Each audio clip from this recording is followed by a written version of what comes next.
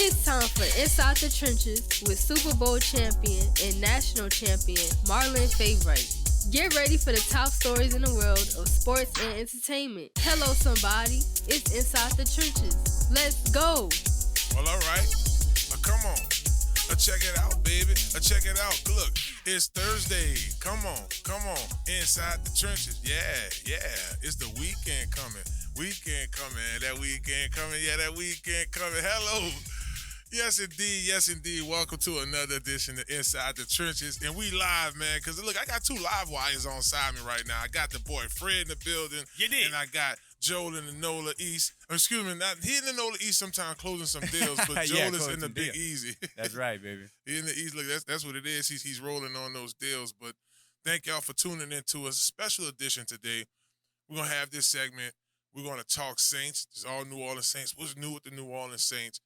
And we're going to dive into conversations. We didn't talk with Clint Kubiak, but he had an opportunity to speak with Deuce McAllister and Mike Haas. I look forward to talking about that. But the Saints, Joel, they go on, and Fred, they go on and add some more stuff to their roster. Yep. But before we get into all the fun talk, we want to thank our sponsor, Small Sliders, 1635 Barataria Boulevard in Marrero. Talk to me now. Yeah. See, it's automatic. Shouts out to MC Thick, the creator of that Marrero song, Marrero 91. That boy Shotty Nut did a remake to that one with Bust Down. I thought that was pretty cool. But, yeah, y'all come on over there tomorrow. We'll be there from 11:30 to 1:30 p.m. just talking sports, enjoying sliders. The weather's supposed to be okay tomorrow. You know, it's Jazz Fest weekend, so y'all let us have y'all's first snack on this side with us at Small Sliders. We'll have live music out there. What do you know? It's Jazz Fest weekend. I might go ahead and perform. But look, check this out too, y'all. Don't forget, if y'all didn't do it already, to text the word BIGFAV, BIGFAV, to the number 94253. That's BIGFAV, BIGFAV, and that number is 94253. Unlock access to mouthwater and food specials, complimentary game tickets, VIP events, etc. Be sure to get on that hot list. Oh, when the Saints go marching in. That's what we'll do when the Saints go marching in. Yes, indeed, the Saints are continuing to march in, fellas. This offseason, y'all, like I went to that old ragtime voice. The Saints went on and added some new additions to their team. Shane Lemieux. Shane Lemieux, Justin Herron, and also Will Harris. Now, Lemieux is an offensive center and guard. That's big because we've talked about this on the show several times, fellas, how important it is to bring someone that's a hybrid at that position. And in addition to that, Justin Herron has some experience as well, played at Oakland. Another guy played with Carr, offensive tackle. And Lemieux, he's from New York. And then lastly here, we have Will Harris, who brings some more veteran leadership to the secondary. Fred, we'll come to you first. Your thoughts on the new signees? Well, you need O-line help, and you need O-line depth. And we need 90 guys in camp. So guess what? You bring in two offensive linemen, one that played some tackle and one that played some guard and played some center. You can't go wrong. Now, Will Harris is an interesting one because we still need some DB depth. Mm-hmm. You get what I'm saying? When you start to think about what's behind Tyrann Mathieu, it's a bunch of question marks. Right. So you need some depth there, and Will Harris is going to come in here and provide some depth in this. So I can't go wrong. Yeah, and Joe, your thoughts on the new signees? I mean, I agree. It's just that we're going to go into this training camp and everything in California, by the way, and we're going to have to see how these gentlemen perform, especially. I'm kind of worried, though, being the fact that they're going to be in California. Like, it's going to be a culture shock whenever they come into that August heat and everything and start training there. So we're going to just have to see. I am excited about your boy coming from the Raiders. I've been watching some film on him. Man, we've been picking up a lot of right tackles, haven't we? Like, I mean, pretty much everybody. So are we going to have to start seeing Trey Penning really stepping up, or are we going to see maybe Fuega if he really steps up, switching over to left, or maybe this other guy from the Raiders? Well, we had Cam on the show the other day. Yeah, I saw that. Man, it was cool, man. Cam, I thought that we was gonna have to make some room in here. We got to raise the roof a little bit for him to get in, but he was able to come on in. But no, He's a big personality. Yes, he definitely opened up talking about the team, to your point, and how everything is going to be competitive here in the next couple practices on the offensive line. You know, they're bringing in guys. Talise Fuaga is someone that is going to play on your exterior, whether it's the right or left side. We have to figure that out. But he said that they might end up bumping Trevor Penning on in the inside. And Fred, that makes a ton of sense because, guys, he's more of an aggressive, more of a mauler. You want that aggression on the inside. You got to finesse on the outside because those edge rushers will chop you down. If you think about Trevor Penning and how he plays and how he wants to play, he needs to be at guard. He's just not a tackle. A tackle, you kind of have to be a little more. You have to have some skill sets and you have to have some good footwork. The way he wants to play, he wants to maul you. That is perfect for a guard in today's NFL. So if you got a guy trying to create some lanes, create some pass protections, and wants to be aggressive and not get penalized, guard is the position. Yeah, but no man, doubt. That is one big guard, though. Like you got to say, is that what's Trevor Penning's height? Let's see here. Let's see, Penning. I want to say he's like 6'4". Let's see, and right now on the depth chart, 6'7". He's 6'7". That's it. That is a tall guard. My bad, Trevor, dog. 6'7". Like, Big boy. I mean, y'all got to think about that, though, from a quarterback perspective. I mean, you already got the offensive tackles who was tall. And so then now you have a guard that you have to look over and be like, okay, who's around there? I mean, that's like kind of my thing. The game is evolving. Yeah. The game, it really is. And that's a good point. Quarterbacks need to be at least 6'6". Right. And the thing is, that's why you will want him to play tackle because of the height. You know, he's long, got the long arms, and a bit rangy, but he's just gonna have to get on that squat machine over there and on those chutes that we use as linemen at the facilities that stay low. You know, so you don't hit your head on the deal. Oh, get you hung, run. If y'all just tuning in, we're talking about the New Orleans Saints' new team. The draft is over now. It's been a week since the draft. The rosters are settled. They're bringing guys in free agency, signing. Look, go ahead. Not to mention, if you think about Will Harris. Will Harris is coming from Detroit, right?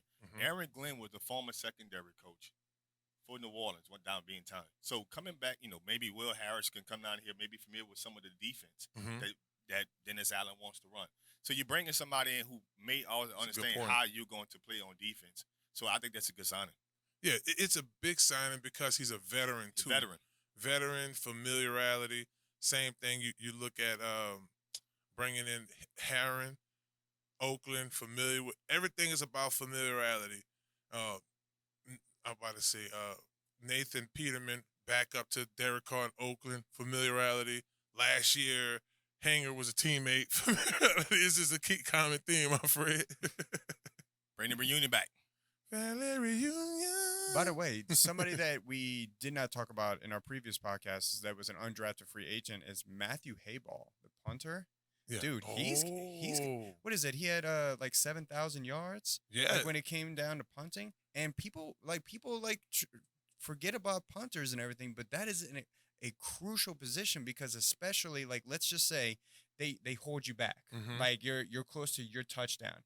You need somebody who's going to put it to the other touchdown. Yeah, flip to the put field. The pressure. Yes, that's going to flip the field. So that is a big signing that I don't think really people are talking about that much. Man, Joel, I'm glad you said that because we've been so caught up in talking about the offensive line, quarterbacks, defensive line in the front. But we forget about we were struggling in special teams last year, field goals and punts, and we just didn't do that exceptionally well. So that was an area of need that they had to address. So that's a good point. We forget we get so caught up in them big-time positions. And shame on me, I have a son that's a punter, and I should be talking about that more. If y'all just tuning in, y'all listening to that boy Fred, I got Joe Picolo in the building. Small Sliders is bringing us this segment. We're thankful for them for all that they do for the show as well. We're just talking Saints. It's a new roster, new vibe. There's a new offensive coordinator in town, so that means there's a new sheriff. Clint Kuviak getting his first stab as an offensive coordinator. We hope that he does exceptionally well. We need him to. So, as we mentioned earlier, Deuce McAllister, along with Mike Hoss and the rest of the crew over there, were able to talk with Clint Kubiak. He opened up for his first public interview where, we had some questions for him. So the first thing that really caught my attention from the interview guys was how he's going to use Taysom Hill and his thoughts on Taysom Hill. So let's check out Clint Kubiak as he's talking with the man Deuce, who always get loose for them Saints, and Mike Hoss. Good athlete. I think he's extremely accurate with the ball. And, he's played a lot of football. And obviously a huge part of me getting to come here was the chance to get to work with him. And I've observed him from a long time, just following the league. And he's a quarterback I have a lot of respect for. And just my short time with him has been really impressive. And number one, his intellect and what he can handle and what he can carry upstairs. But just those guys going out throwing and catching right now, that he's in really good shape. It's really important to him to be a great player, and it's really important to me and our coaches that we give him a successful system that he can have. He can build. That was Coach Clint Kubiak, offensive coordinator now for the New Orleans Saints, sitting down talking with the guys about his thoughts on Taysom Hill, his thoughts on Derek Carr as well. Just listening to that just now, Joel, I'll come to you first. Is it something that's refreshing? Like, man, he seems like he has these guys down pat, or is it something that you still have some concerns in that area? No, obviously he's voicing what everybody has been thinking about, and that really, and I think that it was probably Kubiak that really kept Taysom Hill in the Saints, because what do we all remember, everybody? Sean Payton was on a hiring, just warpath, when it came down to the Saints. He was trying to get everybody over from the Saints to the Broncos. And so everybody was worried about it. Is Taysom Hill, because we knew that Sean and Taysom's relationship and everything was really strong. So everybody was wondering, is Taysom Hill going to be the next person to go to the Broncos? But now that I'm hearing Kubiak finally talk and saying this, I think Kubiak was one of the, not only reasons Taysom was the reason that Kubiak went to the Saints, but also the reason why Taysom kept and stayed with the Saints, because of Kubiak. I like what Kubiak is saying. He's saying all the right things. I think he has a way that he wants to use Taysom Hill, and Taysom Hill is not going to have a new role. He's still going to be your Swift Army knife. Yeah. I just think that he's going to have him on the field more, if possible. So I like the thing that Gary Kubiak is saying.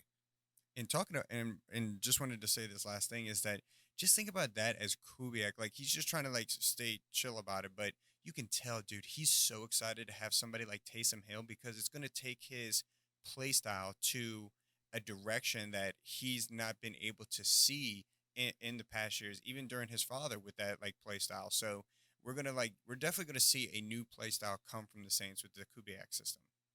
I think he's going to use him like Deebo Samuels in San Francisco 49ers offense, because we saw a lot of reverses, and that's what I was sitting here pulling up here. I wanted to show y'all a couple of plays of their schemes, just how, first and foremost, is the motion, right there. Was that Deebo? Who wore 15 last year? Jennings. That was Jennings. They just faked the reverse of Jennings. So you have all of this pre-snap motion, and then there's the double motions. I fake the ball to Deebo Samuels. Boom, you find somebody wide open in the back. So their offense isn't designed to step back, 4 to 5 step drop backs, look around and no. It's right now. I'm seeing who's open within these 7 yards, Fred, as opposed to 30, 40-yard passes down the field. What that's going to allow them to do is get the ball in Taysom Hill's hands, but get the ball in his hands when he's in motion, when he's running. Right. And that's what the assumption is, what people look at when we get in Kubiak, how he used Deebo Samuels. It was getting the ball to him in space, but also getting him the ball where he's still moving. Obviously, when Taysom Hill is moving, he's moving at 100 mile per hour with the ball in his hand. He's hard to bring down. He is. It is what it is. And we're about to listen to what he had to say about Derek Carr. Last year, some people were on the fence about Derek Carr before the season started. It was kind of almost like reinventing the wheels. Is he a little bit better than what we had last season with Jameis Winston or with Andy Dalton? Is it kind of, and then the season happened. It was like, he hurt. And Cam made a good point when he came here the other day. They started to accumulate some wins towards the end of the season. Yeah. But Derek Carr was healthy. But let's see what Coach Clint Kubiak had to say about his new quarterback, Derek Carr. Not necessarily how you will use him, but having a tool in your offensive belt like a Taysom, and it's sky's the limit, I would imagine. Yeah, really excited to work with him. Obviously, I have a lot of respect for him as a player. Haven't played against him, haven't seen him on film, and I think that'll be a fun part of the offseason as well, is getting to work together with him. Coach, now you got my blood just churning a little bit. You're talking about running the ball. As a former running back, that gets me excited a little bit now. Now, you're dudes like, hey, they about to run that ball again. Yep. Joe, what I like about what he said was the amount of respect he had for Taysom Hill. Yeah. The amount of respect. And it's not about so much, oh, he's a great special teams guy. No, man, he could throw the ball 40 yards with accuracy. Yeah. He can get in and be your wildcat option runner. It's just he's an Army Swiss knife, huh? He really is. I mean, just think about when Taysom really started coming into the game. Right. And people really was just like, oh, watch, like, he's going to get hit one day, like, he's going to get injured. This is what's going to happen. Because what people just can't understand is that Taysom is an exception to the rule. Pretty much. And what people are used to. I mean, the dude really can't do it all. Like, you see him when he just runs over people and then he smiles at them like, yeah, I just did that. So when you see that as a quarterback, as a coach like Kubiak, where he's just saying like, man, I can do so much with this guy. It's exciting. It is. And Fred, you watched a lot of NFL games last year. Even what we're watching here, this is the 49ers versus the Eagles. Just the blocking schemes with the Clint Kubiak offense as well, and how all of that mesh. When you think about now the scheme's going to change up a lot, and we can really use Taysom in multiple option ways. I'm excited to see how he's going to get Taysom Hill to the second and third level. Right. When Taysom Hill gets to the second and third level, people don't understand how good of a football player this guy is. Mm-hmm. When this guy gets to the second level and the third level, he's ran over linebackers. Yeah. He's ran over defensive backs. Yep. He's going to be hard to bring down. And my thing is, I'm so excited about it because when these third and shorts happen and you start having this motion with Clint Kubiak and Taysom Hill is on the field, it's just something else you have to account for in addition to the Alvin Kamara's and your Chris Olaves. It's so exciting. Can't August get here yet? Yeah, right. Yeah. It's a preseason game. Well, yeah. I know most people are anticipating, our fans, our listeners, on can we fix this situation with Derek Carr? Now, Cam came over this week and he mentioned that this year Derek was injured at the beginning. When Derek was healthier at the end of the season, the Saints started to accumulate those wins, those necessary wins. We got close. If Carolina could have beat Tampa, boy, would have been in the playoffs. It was a wild season last year. Let's check out what Coach Clint Kubiak has to say about his new quarterback, Derek Carr.